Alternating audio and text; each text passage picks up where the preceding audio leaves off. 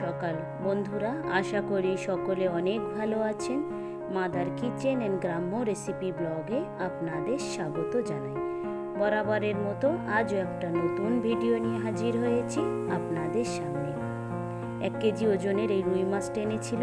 কেটে ভালো করে পরিষ্কার করে আমি নুন, হলুদ গুঁড়ো, লঙ্কা গুঁড়ো দিয়ে ভালো করে এটাকে মাখিয়ে নিচ্ছি। ভালো করে মাখানো হয়ে যেতে উপর থেকে একটু সরিষার তেলও দিয়ে দিয়েছি, দিয়ে এটাকে আর একটু ভালো করে মাখিয়ে নিচ্ছি।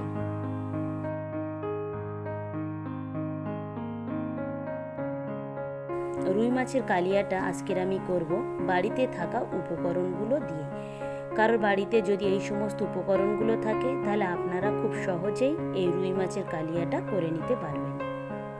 গোটা জিরে, গোটা ধনে আর নিয়েছি আমি অল্প সামান্য পরিমাণের পানমৌরি, নিয়ে ভালো করে এটাকে আমি বেটে নিয়েছি। মাছগুলোকেও ভেজে নিয়েছি। তেলটা গরম হয়ে যেতেই পেঁয়াজ বাটাটা দিয়ে দিয়েছি, পরিমাণ মতো আদা রসুন বাটা দিয়েছি, কাঁচা লঙ্কা বাটা দিয়েছি, দিয়ে এটাকে ভালো করে মাখিয়ে নিচ্ছি।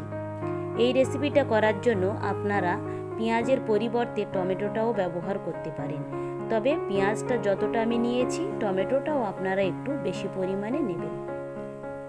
স্বাদ মতো লবণ দিয়েছি, এখানে বেটে রাখা সেই মশলাটাও দিয়ে দিয়েছি।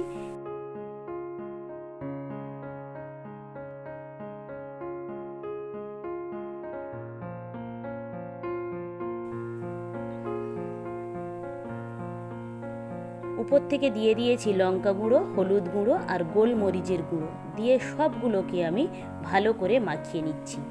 মাথায় রাখতে হবে মশলাটা আপনারা যত ভালোভাবে কষাতে পারবেন ততই আপনার তরকারিটা খেতে ভালো লাগবে। মিক্সচার ধোয়া অল্প করে একটু জলও দিয়ে দিয়েছি, দিয়ে এটাকে আরেকটু ভালো করে আমি কষিয়ে নিচ্ছি। যত ভালো করে মশলাটা কষানো হবে তত এইটা পরিমাণে কমে আসবে এবং মশলার গা থেকে তেল ছাড়া শুরু করবে।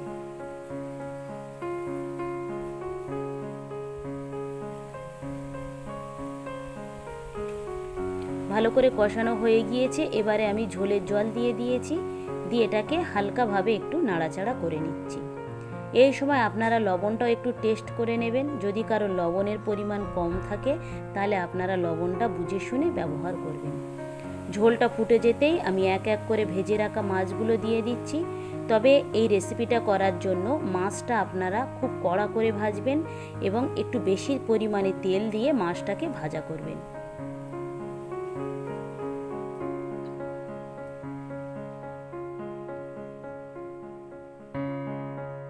উপর থেকে কয়েকটা ধনেপাতা দিয়ে দিয়েছি, দিয়েও আমি এটাকে একটু নাড়াচাড়া করে নিচ্ছি।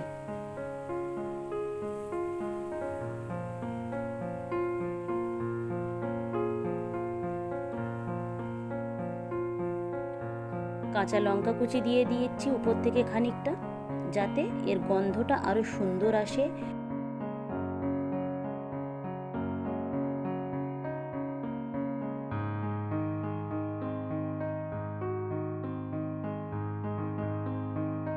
নামাবার 2-5 মিনিট আগে আমি উপর থেকে 2টো গরম মশলা থেতলে দিয়ে দিয়েছি, দিয়ে আমি এটাকেও একটু নাড়াচাড়া করে নিচ্ছি। অবশ্যই আপনারা এই সময় গ্যাসের ফ্লেমটাকে একেবারে মিডিয়াম টু লোতে রাখবেন এবং তলাতে যাতে ধরে না যায় সেই জন্যে বারবার করে আপনারা একটু নাড়াচাড়া করে নেবেন।